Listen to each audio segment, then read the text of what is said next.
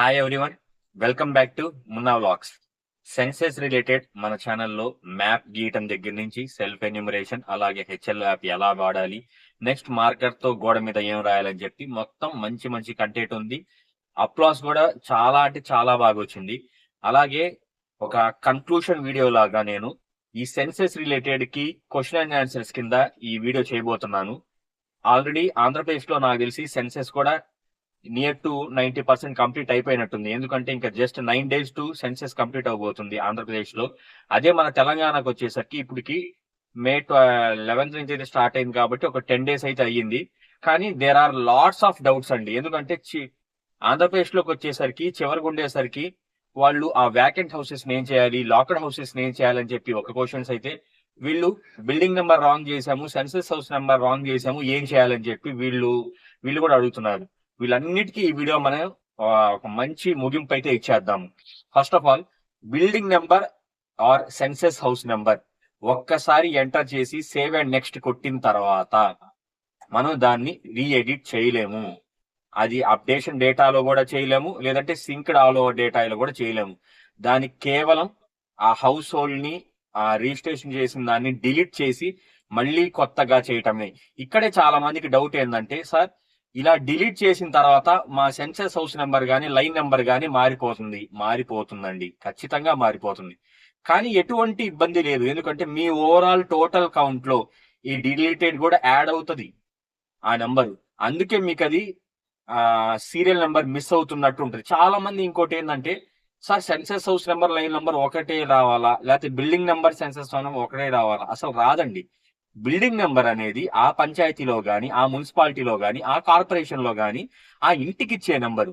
అది senses house number అనేది line number తో ఫస్ట్ గా స్టార్ట్ అవుతుంది, 0001 తో. అలా 4 digits తో స్టార్ట్ అయ్యే నెంబరు. మధ్యలో మీరు డిలీట్లు చేసినా, స్కిప్లు చేసినా, ఏం చేసినా కూడా ఆ సీక్వెన్స్ చేంజ్ అవుతుంది. సో మీరు బిల్డింగ్ నెంబర్ కి సెన్సెస్ హౌస్ నెంబర్ కి పోటీ పెట్టద్దు. రెండు వేరు వేరు. అసలు ఈ రెండింటి మీరు కన్ఫ్యూజ్ అవ్వదు. రెండో కేసు వచ్చేసరికి, సార్ గోడ మీద మార్కర్ తో మనం ఏం రాయాలి అని చెప్పారు. బిల్డింగ్ నెంబరా లేకపోతే సిఎన్ నెంబరా అంటున్నారు. చాలా మంది చాలా చోట్ల బిల్డింగ్ నెంబర్ దగ్గర, సపోజ్ ఆ బిల్డింగ్ నెంబర్ 4-45 అనుకోండి, సిఎన్ 4-45 అనే యాప్ లో, హెచ్ఎల్ యాప్ లో ఎంట్రీ చేస్తున్నారు. అలాగే గోడ మీద మార్కర్ తో కూడా అలాగే రాస్తున్నారు. ఎందుకంటే వాళ్ళ ఈ ట్రైనర్స్ ఇచ్చిన ఇన్స్ట్రక్షన్స్, లేకపోతే వాళ్ళ సూపర్వైజర్స్ ఇచ్చిన ఇన్స్ట్రక్షన్స్ మనకు తెలియదు, కానీ అలా కంటిన్యూ అయిపోతున్నారు. సో యాక్చువల్ గా అయితే డోర్ నెంబర్ లేని పక్షాన అప్పుడే మనం సొంతంగా ఒక ఎన్యూమరేటర్ సిఎన్ అనే నెంబర్ డిజిట్స్ తో స్టార్ట్ అయ్యి 01, 02, 03 అని మాత్రమే ఇవ్వాలి. లేదంటే డోర్ నెంబరే ఇవ్వాలి, దాని కింద మనం మార్కర్ తో సెన్సెస్ హౌస్ నెంబరే రాయాలి. సో ఇక్కడ మేము సిఎన్ తో రాసాం కదా, ఏదైనా ప్రాబ్లం అవుతుందా? ప్రాబ్లం ఏం కాదండి. మీరు డేటాని పక్కాగా వ్యాలిడేట్ చేసుకునే దాంట్లోనే ఉండండి మీరు ఎంతసేపటికి. ఇంకా ఒక ఇంట్రెస్టింగ్ అప్డేట్ ఏంటంటే, చాలా మంది మన ఆంధ్రప్రదేశ్ లో ఏంటంటే ఈ సర్వేలు ఎక్కువ చేయటం వల్ల ఇలాంటి ఏంటంటే సోషియో ఎకనామిక్ క్వశ్చన్స్ ఉంటాయి హెచ్ఎల్ఓ. మీకు కార్ వాడతారా, టీవీ కేబుల్ కనెక్షన్, మంచినీళ్ళు ఎక్కడి నుంచి తెచ్చుకుంటారు, కింద స్టోన్ ఏం వాడుతున్నారు, వాల్ ఏంటి, బ్రిక్ ఏంటి, రూఫ్ ఏం వాడుతున్నారు, మీకు కార్ జీపే అని ఉన్నాయని ఇలా చెప్తే స్కీమ్స్ కట్ అవుతాయని చెప్పి చాలా మంది విలేజెస్ లో, జనరల్ గా విలేజెస్ లో ఏంటంటే ఆ ఓల్డ్ ఏజ్ పీపులే ఉంటారు. మిగతా వాళ్ళు వర్క్ మీద నిమిత్తం పక్క మండల్స్ లో గానీ, లేదంటే పక్క స్టేట్స్ లో గానీ వెళ్తుంటారు. ఆ డేటా ఇవ్వటం లేదండి.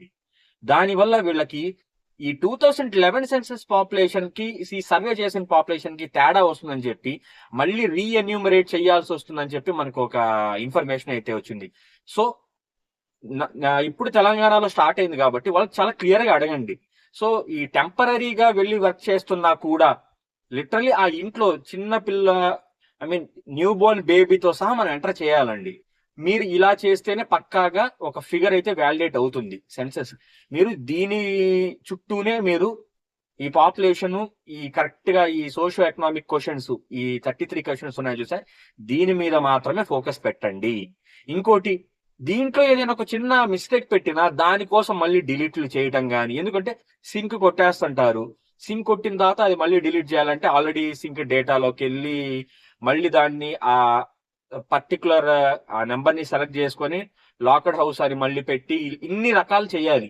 సో చిన్న చిన్న ఏదైనా మైనర్ మిస్టేక్స్ వచ్చినా మీరు లీవ్ ఇట్ చేయండి, ఏం కాదండి. ఎందుకంటే ఇది ఫస్ట్ లెవెల్ మనం చేసిన హౌసింగ్ లిస్టింగ్ ఆపరేషన్.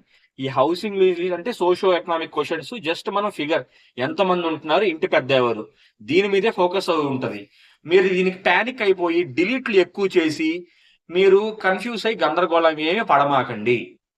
ఇది ఇంకో రకమైన మనకి క్వశ్చన్స్ లో ఎక్కువ వినిపిస్తుంది. నెక్స్ట్ ఇంకోటి ఏం చేస్తుంటారంటే, సార్ మేము ఒకే సెన్సెస్, ఒక బిల్డింగ్ లో 4 సెన్సెస్ హౌసెస్ ఉంటే నేను రిపీట్ కొట్టబోయాను కానీ చేయట్లేదు, న్యూ కొట్టేసాను, ఏదైనా అవుతుందా?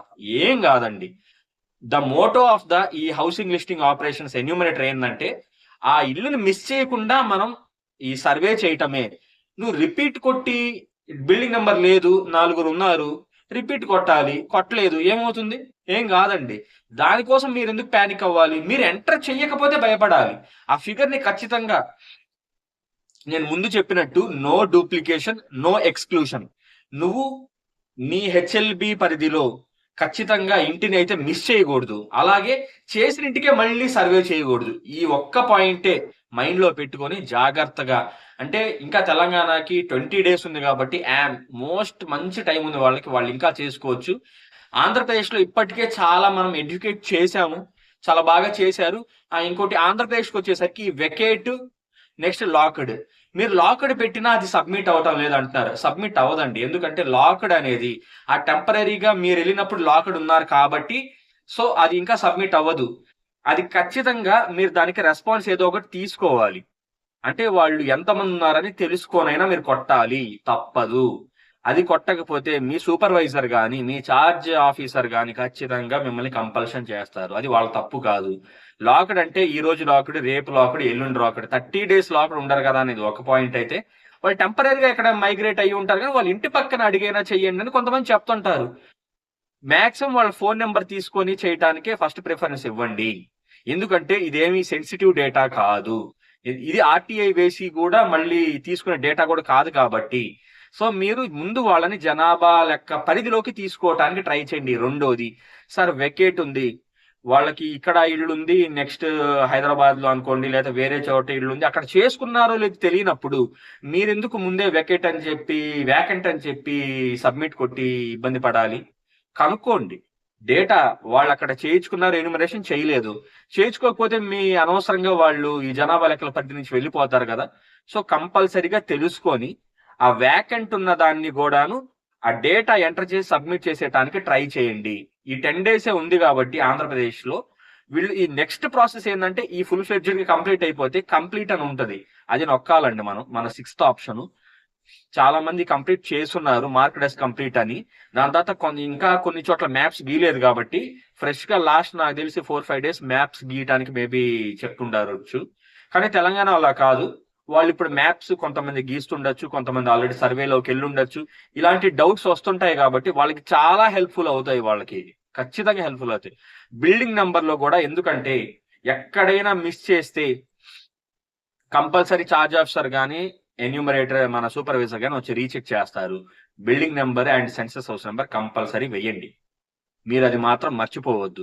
నెక్స్ట్ మీకు బుక్ కూడా ఉంటది కాబట్టి ఆ సెన్సస్ కిట్ లో ఏదైనా సిఎన్ తో రాసినా గానీ, డోర్ లాక్లు పెట్టిన నెంబర్ గానీ, ఒక మ్యాప్ వేసుకొని ఎక్కడెక్కడ ఫలానా తేదీ నేను ఇక్కడ వెళ్ళాను, ఆ ఇంట్లో మన సిఎన్ నెంబర్ వేశాను, లేదంటే డోర్ లాక్ పెట్టాను, అలాంటి మన క్వశ్చన్ మార్క్స్ కానీ ఒక మ్యాప్ వేసుకొని పెట్టుకుంటే నెక్స్ట్ డే మనం వెళ్ళటానికి హెల్ప్ఫుల్ అవుతుంది. ఎందుకంటే మనమంతా ఈ సర్వే చేయటం, డేటా సింక్ చేసేయటం, సర్వే చేయటం, డేటా సింక్ చేయటం, దీని మీదే ఉంటదంట ఫోకస్ అంతా.